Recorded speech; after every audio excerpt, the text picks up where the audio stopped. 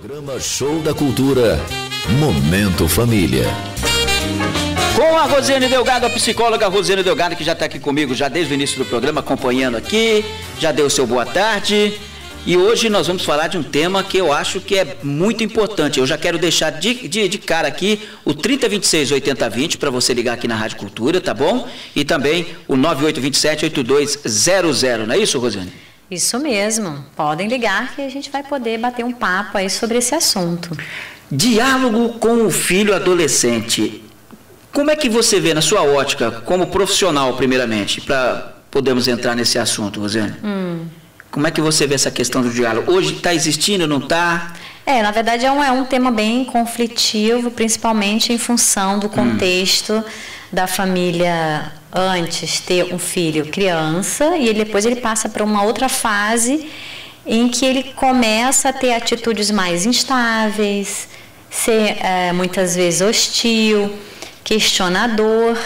E os pais, muitas vezes, são pegos de surpresa, né, com relação a essas mudanças de comportamento do filho na relação com eles, dentro de casa ou fora de casa, nos ambientes que envolvem o contexto familiar. Né? Tá, mas hoje esse problema ele está acontecendo mais pelo fato do próprio adolescente ele ter aquele instinto de rebelde, porque nós sabemos que tem essa questão mesmo, e nós fomos adolescentes também, sabemos disso, tem aquela questão de estar começando a crescer e tal, já fica um pouco mais rebelde, ou também porque os pais hoje em dia não estão tendo realmente esse controle, não estão sabendo controlar. Porque, na verdade, é o seguinte, a rebeldia ela é natural dessa etapa, que é a etapa da adolescência. É normal. É normal, né? Até certo ponto. O que tem que ver é a quantidade de excesso, que no momento que está fora de controle, a família precisa pedir ajuda, né? No caso da família, a família também é pega de surpresa e vai exigir dela um movimento diferente de adaptação em relação a esse novo contexto. Se a família ela tem uma dinâmica mais aberta, o que é uma dinâmica mais aberta? A comunicação ela flui, as pessoas, não existe medo de trocar ideias, de falar o que sente, o que pensa, sem ofensas. Então a tendência o que é? Essa família rapidamente ir se reajustando a essa nova dinâmica, ou digamos assim, a esses novos papéis que estão surgindo, né? Os pais continuam como pais, só que agora pais de adolescentes e não mais de crianças, por exemplo. Muda a maneira de tratar, muda a maneira de conversar, mas não muda a responsabilidade de ensinar. Isso. Aí quando você tem um contexto de uma família que é mais fechada, aí a tendência são os conflitos eles virem com muita intensidade em função da rigidez daquela dinâmica familiar, né? Perfeito. Eu vejo, às vezes, o pai, quando ele está chamando a atenção de um adolescente, olha aqui, quem manda aqui sou eu, quem fala aqui sou eu, e enquanto você estiver embaixo do meu teto, você tem que me obedecer. Tá, eu acho que pode ser colocado essa questão, de uma maneira diferente, com esse mesmo objetivo de dizer, olha, a responsabilidade aqui é minha, eu respondo por você porque você ainda é menor. Mas não precisa também chegar também e bater tão pesado assim também, né? Então nesse momento a abordagem, ou seja, as palavras que vão ser usadas, o tom de voz, a maneira de colocar para o adolescente é muito importante, porque o adolescente, no geral, tá? Tudo que eu estou falando aqui em termos de adolescente é no geral. Certo. Eles são mais dramáticos, têm uma tendência de serem dramáticos e extremistas. Então, assim, o que seria isso? Se você fala, às vezes, num tom desse que você deu o exemplo, a tendência é ele ficar, assim, retraído. Ao invés de possibilitar a abertura de uma comunicação, não. Ele vai se sentir mais retraído e essa retração ele pode reagir se afastando ou ele pode também reagir de forma agressiva, né? Querendo falar no mesmo tom, na mesma altura. Aí o problema começa a aumentar, né? Não seria mais fácil chegar e falar, olha aqui, filho, você é menor de idade, então tudo que você fizer que implicar em consequências, essas consequências virão para mim. Então eu prefiro não permitir que você faça isso agora, porque primeiro que eu não quero responder por algo que você vai fazer de errado. Segundo, porque eu estou te mostrando que o que você está fazendo é errado. Vamos dizer que seria mais ou menos por aí. Mais ou menos por aí, né? Porque assim, na verdade, esse momento também é crítico para a família. É complicado, meu. Olha, a gente percebe, e muitas vezes, Rosane, a gente que faz o setor policial aqui na rádio, os adolescentes hoje cada vez, eu não falo nem adolescente, praticamente criança, porque 12 anos é criança, 12, 13 anos. 12, 13 anos, se a gente for considerar em termos já de ciência, ele já é considerado como adolescente. Como adolescente, mas poxa vida, mas a gente olha às vezes assim, um corpinho de criança e já envolvido no crime. Sim, é muito triste a gente ver esse tipo de cena. Mas assim, a questão da família é porque os pais, de algum modo, na hora que se deparam com um filho que está buscando questionar, está mais instável, e de algum modo aquilo vai trazer para eles o reviver dos seus próprios dilemas. E esse reviver também pode trazer um resgate de traços da sua juventude, que muitas vezes foi vivido de uma forma traumática, de repente não totalmente superado, e aquilo tudo vem à tona naquele momento a partir do comportamento do filho. Então, muitos pais também têm dificuldade de lidar com essas questões. Porque até certo ponto é mais fácil você educar uma criança, porque o nível de comunicação ela é mais facilitada. É mais aquela condição seguinte, eu mando e você obedece, em função da faixa etária, e ela precisa daquela segurança. Manda quem pode, obedece quem tem juízo? Isso. Quando já é adolescente, não dá mais para você ter esse discurso e nem ficar sustentando esse tipo de autoridade, porque a tendência é gerar cada vez conflitos. O problema não é o conflito em si, porque conflitos vai existir em tudo que é lugar, em todos os momentos. A grande questão é, à medida que você vai cada vez mais alimentando aquilo, ao invés de buscar soluções, é que os problemas vão sendo mais críticos, né? Vamos dizer assim. Mas hoje nós temos um problema sério, e eu estou colocando essas perguntas para você, justamente para a gente poder entrar nesse foco todo aqui. Tá. Digamos assim, na minha época era diferente. O pai, ele falava na primeira vez, na segunda vez, se não desse certo, aí já vinha a cintada, comia solta. Não tinha esse negócio. Então, mandava e acabou e tá tudo certo. Hoje em dia já tem o direito, já se você encostar a mão no filho, vai dar problema, você vai ter que responder, aí você não pode fazer isso, aí a criança, o adolescente não pode trabalhar, né? O adolescente fica mais ocioso. Eu não sei, ficou uma questão, parece que foi tirada a autoridade do pai em determinado momento e colocada uma autoridade no professor que não existe. Porque muita gente, ele troca coisa, ele acha que a escola tem que educar. Não, quem educa é o pai, a escola ensina. E tem muita gente que transfere isso para o professor. E nós estamos tendo os adolescentes aí desgovernados, né? Essa questão de terceirização da educação é outro tema que depois eu vou trazer em outro momento para a gente estar falando, né? Mas a questão da comunicação, que você colocou aí do teu exemplo, de que você vivenciou essa condição de que um manda e o outro obedece, e meu assim pai, mesmo. E meu pai conversava antes, ele falava, é assim, assim, assim, acabou. Então tudo bem, se obedeceu, obedeceu, se não obedeceu, aí o bicho pega. Na verdade é uma outra época, não adianta assim, a grande questão, não adianta a gente querer tentar trazer de volta, porque não vai vir. Não vai vir. Nós estamos realmente vivendo um outro momento, né, social, em que a dinâmica entre as pessoas, ela funciona de forma diferente. Não dá para a gente avaliar melhor ou pior. O que a gente pode dizer é o seguinte, são as pessoas que conseguem se adaptar a esse novo sistema e aquelas que não conseguem se adaptar com essas novas mudanças, né? Esses ajustes, como eu tinha te colocado, que muitas vezes muitos pais eles ficam ainda presos a esses modelos, eles não conseguiram acompanhar de uma forma diferente o desenvolvimento do filho, para que no momento da comunicação ele consiga também ter uma comunicação de uma interação diferenciada, que foi de repente da comunicação com o pai e o filho, na época que esse pai era filho, né? Porque eu já vivenciei muitas vezes essa falta de diálogo da seguinte forma: o menor foi encaminhado para o DEA, né, que é a Delegacia Especial do Adolescente, vai ser recolhido, e o pai fala, eu prefiro que aconteça isso com ele, porque se ele fica em casa eu não consigo controlar. Então são Pelo situações... menos ali ele está livre de ficar aqui fora e levar um tiro. Já vi, não é uma vez só, não, várias vezes. Aí já é uma outra situação Acabaram o diferente. diálogo, acabou o diálogo entre eles, não conversa. Aí já é um outro exemplo que você está trazendo, que é o oposto do primeiro. Esse aí é realmente isento de autoridade, né? A pessoa realmente não conseguiu... Perdeu totalmente. Não conseguiu estabelecer, não conseguiu muitas vezes assumir de fato o seu papel, né? Na prática, no dia a dia, no convívio.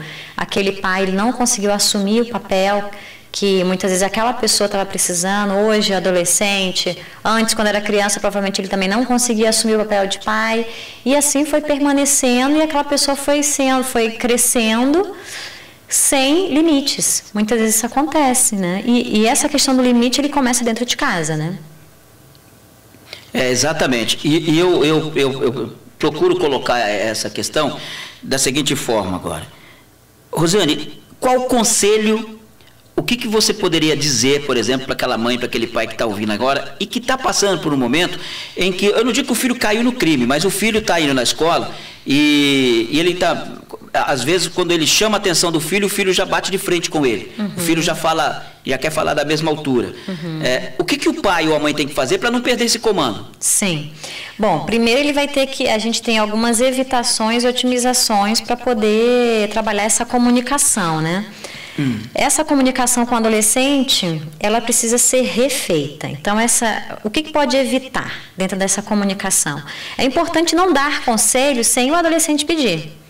E quando ele também não está disponível. Então, você ficar falando, sem ele estar acessível, você vai estar perdendo o seu tempo e aquilo não vai estar sendo eficaz. Vai ser enjoativo. Cansativo. Porque o importante dessa comunicação é que ela seja um diálogo mais assertivo e satisfatório para ambos os lados. Se isso não estiver acontecendo, se todas as estratégias que esses pais estejam fazendo não estejam sendo eficazes, eles precisam buscar ajuda de um profissional, né? Então, um outro tipo de evitação, é importante que os pais, eles possam, não só a questão de proibir, mas mostrar, que é algo que você já tinha falado, as consequências das atitudes dos atos dos filhos, né? E além de consequência, é o seguinte, se ele fez algo que o pai acha que aquilo é condenável, aquilo é errado, as consequências, ele precisa sofrer aquelas consequências, mas de uma forma proporcional ao ato também, né? Então, essa medida, ela é importante. Mas isso educativo. Isso tem que vir antes da adolescência, né? Você tem que começar a impor antes da adolescência para quando você chegar na adolescência você ter o comando, né? Sim, mas talvez ao longo também você vai precisar, porque como mudam as fases, então chega na adolescência, aquela pessoa ela começa a vivenciar emoções novas também. Ela começa a ter desafios novos, ela começa a ter preocupações diferentes. Então tudo isso também vai exigir novas situações que ela vai estar vivenciando, que ela vai ter dúvidas, que ela vai precisar de um cuidado desses pais, né? Eu vejo muitas vezes o pai, ele perde o controle do filho antes de ser adolescente. Antes de ser adolescente. A criança já faz o que quer dentro de casa. A criança vai lá, não faz isso, mas não tira, não toma da criança. E aí, meu amigo, já cresce daquela maneira. Eu faço o que eu quero. Que aí já é um problema de limites, já né? Não é colocado limites. Que nós já colocamos aqui, essa questão de limite. Rosane, dá só um minutinho para mim. Eu tenho que chamar aqui rápido aqui o Vitor das Lojas Leves. Aliás, a Leve está vivendo aí essa semana, né? Começou a Operação Páscoa Leve Calçados Foz e o Vitor está na ponta da linha. Vitor, loja cheia, como é que tá essa semana aí a Operação Páscoa? Boa tarde. Boa tarde, conselho. Você estava dizendo? Bom, a questão das evitações nós estávamos falando, né, Eli? Então é importante também que seja possível, dentro de uma discussão ou numa conversa, que não fique centralizado esse debate na questão do nós, que possa incluir esse jovem para que ele possa se comprometer nas questões que estão sendo discutidas. Quando é que eu posso conversar com um adolescente e falar eu? O ideal é colocar nós. Aí você coloca, dentro do meu ponto de vista, eu acho que isso não é bom por causa disso, disso, disso. Qual é o seu ponto de vista? O que é que você acha sobre isso? Nunca se individualizar, então. E não colocar só assim, o que eles acham, né? Então, assim, é importante ver também a opinião deles para poder trocar e trazer também o comprometimento de uma situação. Olha só, se você fizer isso, vai estar repercutindo em nós também, que é aquilo que você falou. A questão de ser preso, claro. O exemplo que você deu aí do pai, né? Então, à medida que muitos atos, se ele é menor de idade, vai dar repercussão para a família também, né? De forma direta ou indireta. Então, isso no diálogo, na conversa, precisa ficar claro. Não posicionando só eles numa condição de autoridade máxima, mas procurando incluir esse adolescente, né? E, de algum modo, também, não julgar ou condenar antes de saber qual é a versão dele, né? É importante também, ao invés de você já ir lá e acusando, procurar ouvi-lo para ver a versão dele, para tentar entender. Ouça sempre o adolescente, ouça o seu filho, ouça a sua filha. Não tome só decisão com você. Sente e converse. A melhor maneira de se chegar a um denominador comum é conversando. Eu tenho absoluta certeza que se você der o espaço para que eles coloquem a opinião deles, às vezes você está tendo uma visão diferente. De repente eles colocam, olha, pai, está acontecendo assim, assim, assim. E daí? Aí você vai ver o lado dele também. Porque não adianta você só achar, não, tem que ser do jeito que eu quero e acabou. Não é assim não, né? E muitas vezes o filho, ele procura o pai ou a mãe, a maioria das vezes a mãe, né? Para conversar e tudo, e contar algumas questões dele. E na hora que esse pai ou essa mãe, ele acha pertinente dar uma devolutiva, ele pode sim, de repente, questionar, olha, dentro disso que você me falou, posso te dar um conselho sobre isso? Esse nível de interação que traz uma condição até certo ponto formal, respeitosa, favorece o diálogo, em função dessa fase mais crítica, em que o adolescente, no geral, ele é mais difícil a questão da abordagem com ele, porque ele se acha muito certo, ele acha que sabe tudo, e isso acaba dificultando muitas vezes o diálogo, né? É mais fácil você conseguir ganhar o adolescente na base do ser o amigo do que procurar ser o carrasco. Isso, o amigo no sentido de compreensivo. Compreensivo, de estar ali, de ouvir.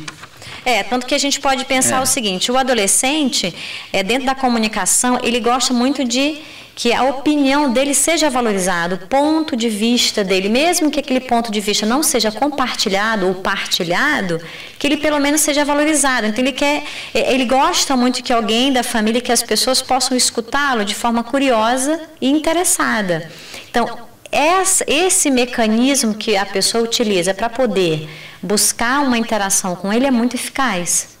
Porque na hora que ele percebe que a pessoa realmente tem um interesse real, sincero sobre o que ele está falando, por mais que ele esteja falando alguma bobagem, então você tem que dar um desconto, que é a fase, aquele momento realmente de imaturidade, e se for necessário, dar aquele conselho dentro de uma abordagem adequada, mas assim, sempre não ficar o tempo inteiro poldando, né?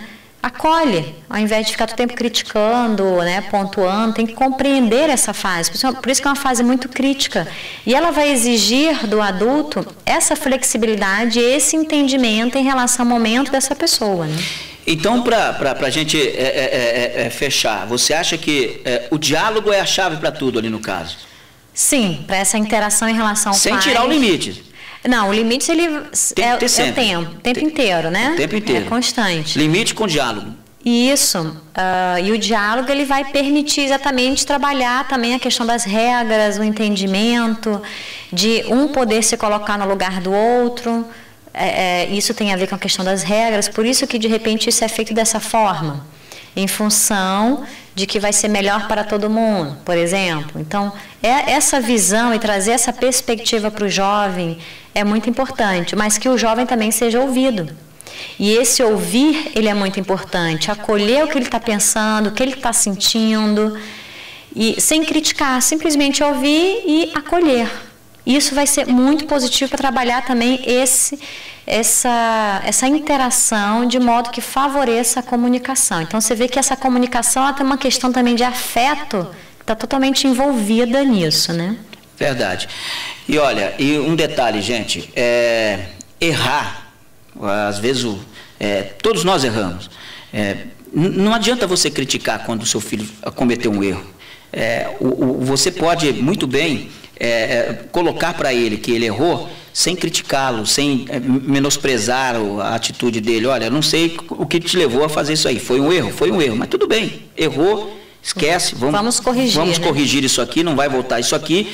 Vamos dar a volta por cima. Eu acho que você tem que tirar isso aqui como um grande exemplo para que você não faça novamente. Então, quando você faz isso aí, você está aproximando seu filho. Você não está chegando e botando o dedo na cara dele. Porque quando você coloca o dedo na cara dele, você está acusando também. Sim. E aí ele vai pensar que, mas vem cá, tu nunca errou também, não? Sim, fica um negócio meio fora da realidade, né? Fora da realidade.